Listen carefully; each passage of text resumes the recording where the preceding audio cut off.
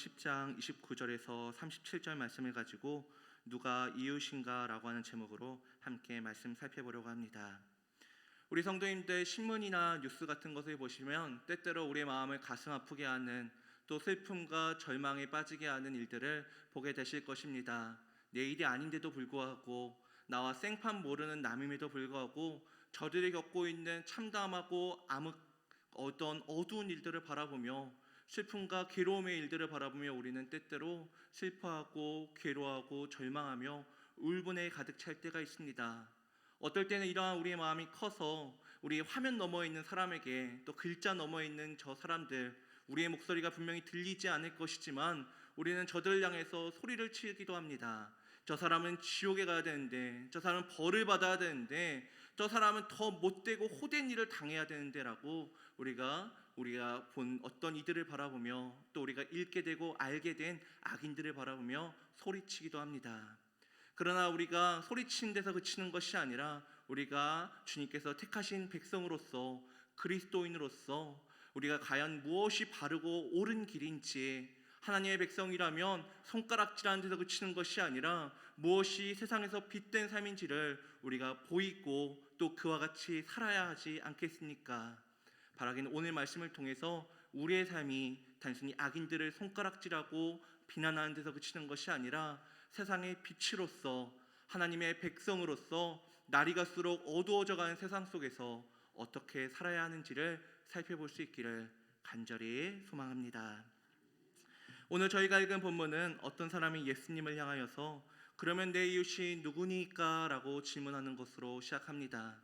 오늘 우리가 읽은 본문에 나와 있지는 않지만요, 이 앞에 등장하는 25절의 말씀을 보면 이 사람은 예수님을 시험하고자 나왔던 율법 교사라고 합니다.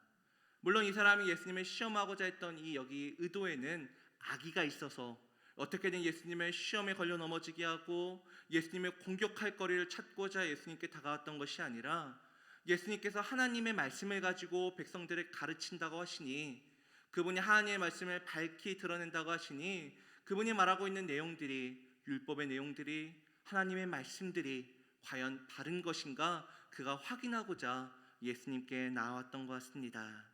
그리고 그는 예수님과의 몇 마디 말을 통하여서, 말씀에는 26절부터 28절까지에 이르는 단 3절의 말씀인데요, 이 내용을 통하여서 그는 예수님께서 하나님의 말씀, 곧 율법을 바르게 알고 바르게 전하는 분임을 확인했던 것 같습니다. 즉 그가 예수님을 시험하고자 했던, 확인하고자 했던 그 목적을 이룬 것이죠. 그러면 그 사람이 이젠 집으로 돌아가야 되는데, 자신이 가야 할 곳으로 돌아가야 되는데 돌아가지는 않습니다. 오늘 본문과 같이 하나의 질문을 던지고 있는 것이죠. 그것은 바로 내 이웃이 누구니까? 라고 하는 질문입니다.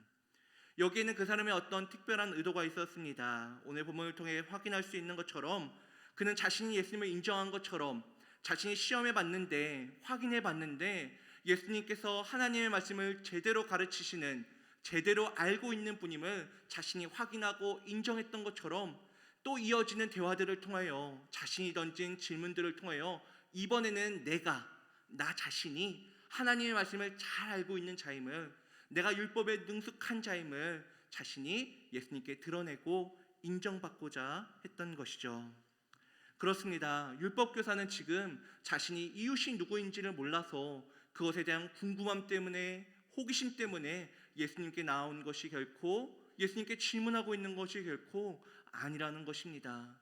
그는 자신이 이웃이 누구인지 분명히 알고 있었습니다. 자신의 동족 유대인, 하나님께서 택하신 자들, 그래도 삶에서 율법을 따라 지키려고 했던 그들이야말로 자신에게 있어서 이웃이었습니다. 반면 오늘 본문에 나오는 예수님께서 비유로 들려주시는 사마리아인들은 자신의 이웃이 결코 될 수 없는 이들이었죠. 이처럼 그는 자신이 누가 이웃인지, 누가 내 이웃이 될 만한 자격이 있는 자임을 분명히 알고 있었습니다. 그리고 이러한 사실을 나만 알고 있는 것이 아니라 모든 유대인들이 그와 같이 생각한다는 것 또한 알고 있었습니다. 그래서 율법을 잘 알고 있는 예수님께, 똑같이 자신과 같은 유대인인 예수님께 서로 알고 있을 법한 내용을 질문하며 그것을 간단히 확인하는 작업들을 통하여서 내가 율법을 잘 알고 있는 자임을 예수님께 드러내고 인정받고자 했던 것입니다. 그러나 여러분, 예수님이 어떠한 분입니까? 우리가 잘 알고 있는 것처럼 예수님은 하나님이실 뿐 아니라 참 사람이신 분 아니십니까? 즉 예수님은 사람으로서, 유대인의 한 사람으로서 유대인들이 어떠한 생각을 갖고 있는지, 그들이 참으로 불의한 마음을 가지고 유대인 외에는 이웃이라고 생각하지 않는 마음을 갖고 있음을 알고 계셨으며, 그분은 또한 하나님으로서 그의 심중에 예수님을 확인하고 예수님을 시험한 척하지만 그 이면에는 자신의 의로움을 드러내고자 했던 마음이 있음을 예수님은 알고 계셨습니다. 그러기에 예수님은 그를 혼낼 수도 있고 그에게 책망할 수도 있지만, 예수님께서 오늘 그에게 던져주시는 내용들이 무엇입니까? 그를 책망하고 혼내는 것이 아니라 그가 하나님의 말씀을 바로 알기를 원하며 바르게 살기를 원하며 한 가지 비유를 들려주시는 것이죠. 그것이 바로 우리가 잘 알고 있는 선한 사마리아인의 비유입니다. 그런데 성도 여러분, 오늘 우리가 어쩌면 이 본문을 읽고 이 말씀을 우리가 나눌 수 있는 것은 단순히 율법교사의 문제만은 아니라는 생각이 듭니다. 어쩌면 우리 또한 하나님의 말씀을 때때로 잘 알지 못하고 말씀대로 잘 살아가지 못하기에 어쩌면 주님께서 이처럼 기록된 말씀을 통하여서 우리에게 이웃에 대한 하나님의 뜻은 이런 것이란다, 나는 너희들이 이렇게 살아가길 바란다라며 이 기록된 말씀을 통해 우리에게 들려주시고 있는 것은 아닐까요? 이 시간 귀를 기울여서 주님께서, 우리 하나님께서 이웃을 향해 우리가 어떤 마음을 갖기를 원하시는지를 살펴볼 수 있길 소망합니다. 사마리아인의 비유는 굉장히 극단적인 내용으로 시작되는 것을 우리는 확인하게 됩니다. 한 사람이 강도에 의해서 거의 죽게 된 것이죠. 심지어 강도들은 그를 거의 죽을 상태에 내버려 둠으로써 그가 정부에 신고하지 못하도록, 자신들에게 보복하지 못하도록 그러한 처참한 상황으로 그를 내몰아 세웠습니다. 즉 그는 이제는 누군가 자신에게 손을 뻗어주지 않는다면, 자신을 구제해주지 않는다면 꼼짝없이 죽을 수밖에 없는 절망적인 상황에 처한 것이죠. 그때 한 제사장이 그 길로 내려가다가 그를 발견합니다. 30절에서 이 강도 만난 사람이 예루살렘에서 여리고로 내려가고 있었다라고 말하고 있기 때문에 아마도 이 길을 내려가고 있었던 이 제사장 또한, 그를 만났던 그 제사장 또한 예루살렘에서 여리고로 내려가고 있었을 것입니다. 예루살렘에서 자신이 제사장으로 해야 할 일, 제사나 예배와 같은 일들을 다 마치고 아마도 자신이 있어야 할 성읍으로 돌아가고 있는 중이었겠죠. 그런데 이 제사장은 강도를 만나 죽게 된 일을 보고 피하여 지나갑니다. 아마도 자신도 강도를 만날까봐 두려운 마음에 급히 그 자리를 피했던 것일 수도 있겠죠. 그러나 우리는 단 한 가지 또 다른 내용을 이 제사장을 통해서 생각해 볼 수 있을 것 같습니다. 그것은 바로 이 제사장이 강도 만나 죽게 된 자가 그는 실제로 죽었다라고 생각을 했기 때문에, 그가 피를 흘리고 있으며 쓰러져 있는 모습을 보며 죽었다라고 생각을 했기 때문에 그를 내버려 두고 갔다는 것입니다. 민수기 19장 16절을 보면 이와 같이 말하는 내용이 있습니다. 죽은 자를 만진 자는 곧 부정해진다. 그래서 하나님은 죽은 자를 만지지 말라고 하였습니다. 또한 그러기에 제사장은 그가 죽었다라고 생각을 하며 내가 부정해지지 않기 위해서 그를 손대지 않았는지, 확인하지 않았는지 모릅니다. 물론 죽은 자를 만졌다고 하여서 평생 부정한 것은 아닙니다. 7일간 정결 예식을 거치면 그는 곧 다시 전과 같이 회복이 될 수 있었습니다. 그러나 제사장은 자신이 부정한 자가 되었다라고 하는 그 불명예를 뒤집어쓰기 싫어서 내가 그 7일간의 정결 예식을 거쳐야 된다는 것이 번거로운 나머지 그가 죽었는지 살았는지 확인조차 하지 않고 그를 내버려 두고 그저 지나친 것이었던 것입니다. 이는 레위인도 마찬가지였습니다. 레위인이 어떤 사람입니까? 하나님과 사람을 돕는 자 그 지파였지 않습니까? 그럼에도 불구하고 그도 강도 만나 죽게 된 자를 내버려 두고 도망칩니다. 그렇게 강도 만난 자의 생명이, 그의 소망이 점점 꺼져가고 있었습니다. 그때 한 사마리아인이 그를 발견합니다. 그는 제사장이나 레위인과 달리 이 예기치 않은 고통을 당한 그를 보고 그냥 내버려 두고 지나치지 않았습니다. 불쌍히 여겼습니다. 이는 단순히 안 됐다, 불쌍하다라고 긍휼히 여기는 데서 그치는 것이 아니라 그가 행함으로, 진정으로 그가 자신이 가진 것을 가지고 그를 돕는 것으로 이어졌음을 우리는 본문을 통해 확인하게 됩니다. 34절 말씀을 보시기 바랍니다. 그는 쓰러져 있던 자에게 자신이 가지고 있었던 것, 곧 상처에 포도주와 기름을 부어주며 또한 그의 상처를 싸매줍니다. 또한 자신이 타야 할 그 짐승 위에 그를 태우고 숙소로 돌아가게 됩니다. 35절에는 또한 뭐라고 말하고 있습니까? 그가 주막 주인에게 데나리온 둘을 내어주며 자신이 돌아올 동안 그를 돌봐줄 것을, 심지어 더 많은 비용이 발생하면 자신이 그것을 지불하겠다라고 말하는 것을 우리는 볼 수 있지 않습니까? 이때 두 데나리온이라고 하는 것은 일꾼의 이틀치 품삯이었습니다. 즉 그는 자신이 한 번도 안면도 없는, 자신이 알고 지내지도 못했고 어쩌면 자신을 미워하는 민족이었을 수도 있는 유대인 그 사람을 위하여서 자신의 어제 일했던 것, 그리고 오늘까지도 일했던 것, 이 이틀치 품삯을 그를 위해서 소비했던 것입니다. 예수님은 이로써 비유를 마치신 후 율법교사에게 질문을 던지십니다. 내 생각에는 이 세 사람 중에 누가 강도 만난 자의 이웃이 되겠느냐? 율법교사는 아마 쉽사리 대답하지 못했을 것입니다. 왜냐하면 이 비유를 듣는 내내 그의 마음 가운데 아마도 심각한 불편함이 있을 것이었기 때문입니다. 내가 이웃이라고 생각했던 자, 내가 사랑했던 자, 사실은 내가 심적으로 누구보다 가까이 했던 제사장과 레위인이 어려움에 처한 자들을 돕지 않았다는 그 내용과 심지어 절대로 나의 이웃이 될 수 없는 자, 마침내 끝내 지옥에 갈 것이라고 생각했던 그 사마리아인이 아픈 자, 병든 자, 심지어 죽게 될 뻔한 자를 구했다는 내용이 그에게는 절대 기쁜 내용이, 달가운 내용이 아니었을 것입니다. 그래서 그는 예수님의 질문에 결코 사마리아인이라고 대답하지 않습니다. 누가 이웃이냐는 그 질문에 자비를 베푼 자라고 대답할 뿐입니다. 그런데 참으로 재밌는 것은요, 예수님께서 그의 그런 마음을 사마리아인이라고 말하지 않고 끝끝내 자비를 베푼 자라고 말했던 그의 말에 트집을 잡거나 책망하지 않았다는 것입니다. 예수님께서는 그저 그에게 너도 가서 이와 같이 하라고 말씀하실 뿐입니다. 그런데 여러분, 이 예수님의 비유를 한번 잘 생각해 보시기 바랍니다. 이 예수님의 비유가 무엇으로부터 시작이 되었습니까? 한 율법교사가 예수님께 나와 그러면 누가 내 이웃입니까? 라고 하는, 이웃이 누구입니까? 라고 하는 그 질문에서 시작되었지 않습니까? 그러면 그의 질문이 그러했다면 예수님의 대답은 이런 사람이 너의 이웃이다, 이런 사람이 너의 이웃이 될 수 있을 것 같다, 이런 사람이 나에게는 이웃이란다 라고 하는 이웃이 누구인지에 대해서 말하는 것이 맞지 않겠습니까? 그런데 예수님은 그에게 전혀 이상한 이야기를 하고 계신다는 것입니다.